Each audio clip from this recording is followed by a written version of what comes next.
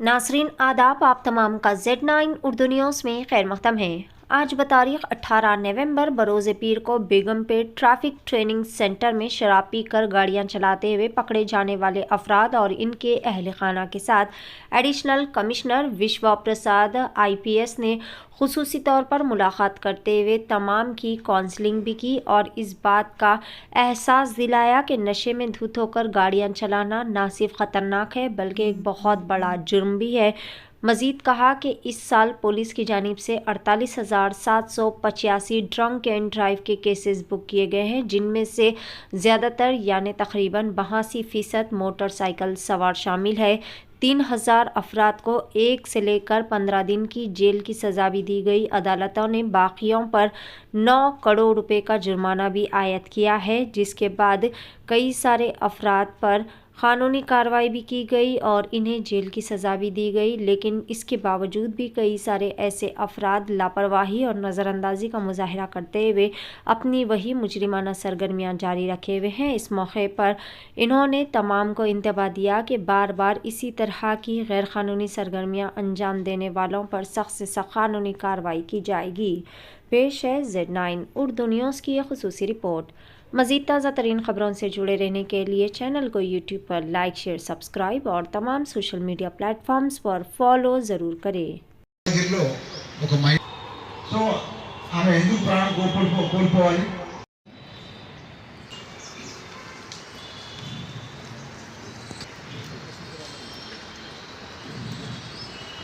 Hero motor car ద్వారా కూడా చాలా మంది యువత కూడా 18 ఇయర్స్ ఈరోజు ట్రాఫిక్ ట్రైనింగ్ ఇన్స్టిట్యూట్లో ఎస్పెషల్లీ డ్రంక్ డ్రైవర్స్, తర్వాత సమ్ మైనర్స్, అలాగే డ్రైవింగ్ లైసెన్స్ కూడా వాహనాలు చేసిన అందరికీ ఈరోజు రెగ్యులర్గా కౌన్సిలింగ్ సెషన్ ఉంటుంది. వాళ్ళ ఫ్యామిలీ మెంబర్స్తో అటెండ్ కావాలి.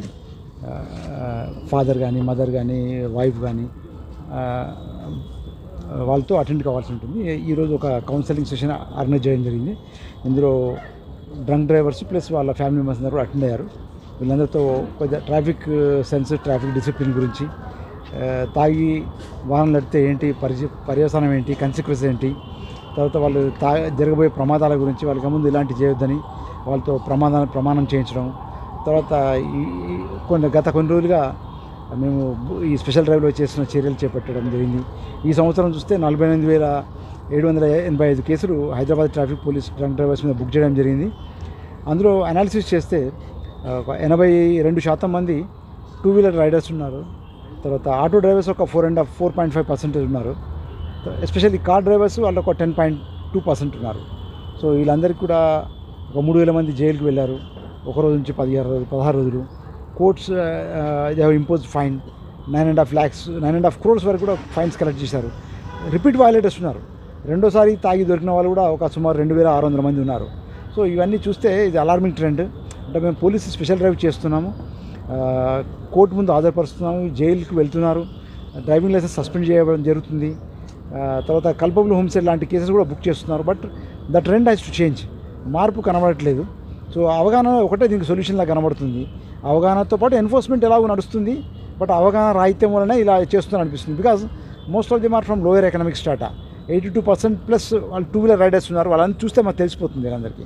సో వాళ్ళకి మన అవగాహన పెంపొందించి వాళ్ళకి కన్సిక్వెన్స్ ఏంటో చెప్తే డెఫినెట్గా వాళ్ళు మానుకుంటారని నాకు అనిపిస్తుంది. సో వాళ్ళకి అవగాహన పెంపొందించడంలో భాగంగానే కొంత ఇన్కన్వీనియన్స్ ఉంటుంది వాళ్ళకి. దొరికినప్పుడు వాహనం టెంపరీగా సీజ్ చేయడము, తర్వాత నెక్స్ట్ డే కౌన్సిలింగ్ అటెండ్ అవ్వడము, తర్వాత కోర్టుకి వెళ్ళడము, ఫైన్ పే చేయడము, ఒక్కోసారి జైలుకి 200 mg అండ్ ఎబో ఉంటే కోర్టుకి వెళ్ళడము, రెండోసారి వయలేషన్ చేస్తే దొరికితే జైలుకి వెళ్ళడం, ఇవన్నీ చాలా ఇబ్బందికరమైన పరిస్థితులు.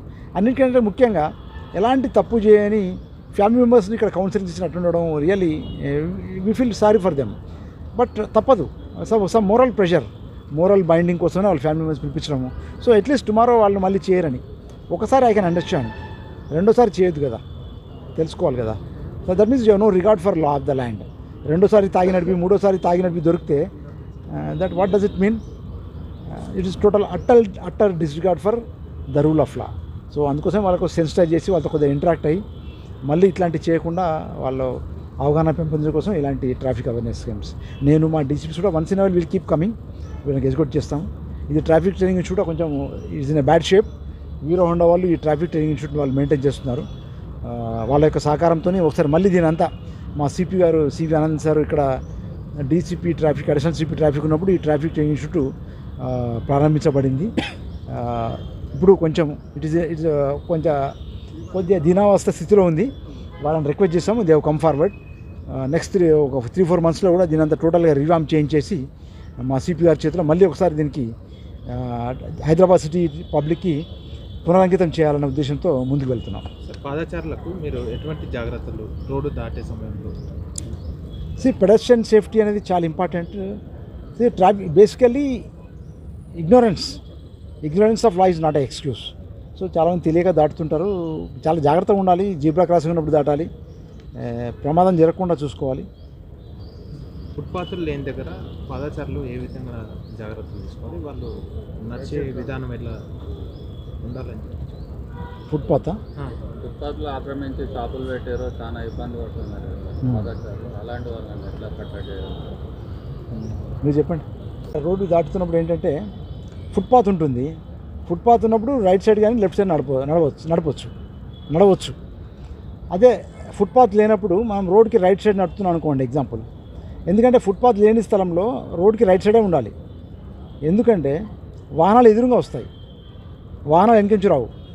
సో ఫుట్పాత్ లేని దగ్గర రోడ్కి కుడివైపు ఉంటూ వాహనాలకు ఎదురుగా నడిపినప్పుడు ఏమవుతుందంటే నీకు ఆన్కమింగ్ ట్రాఫిక్ని అబ్జర్వ్ చేయొచ్చు. మనకు ఆన్కమింగ్ ట్రాఫిక్ని అబ్జర్వ్ చేస్తున్నప్పుడు నీ వైపు వస్తుందా, నీకు ప్రమాదం జరిగే అవకాశం ఉందా చూసి నీ పక్కకు తప్పించుకొని వెళ్ళిపోయే అవకాశం ఉంటుంది.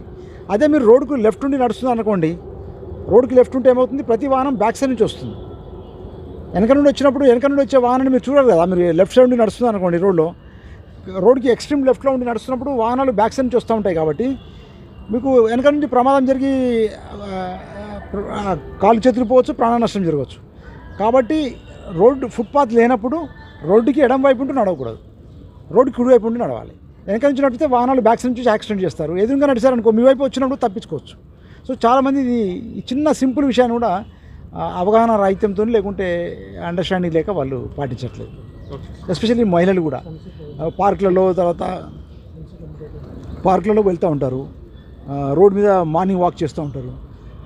కాలనీస్లలో చైన్ స్నాచింగ్ జరుగుతూ ఉంటాయి. Suppose if you walk on the right, మీకు ఎదురుగా వచ్చే బండి వాడు స్నాచ్ చేయడానికి you can duck and escape. అదే మీరు చైన్ స్నాచింగ్ వెనక నుంచి వస్తున్నారో ఈజీగా యూ కెన్ లాక్ చేసి వెళ్ళిపోవచ్చు. ఇవన్నీ చిన్న అడ్వాంటేజెస్ ఉన్నాయి. ముఖ్యంగా ప్రమాదం జరగదు, ప్రాణం సేఫ్గా ఉంటుంది.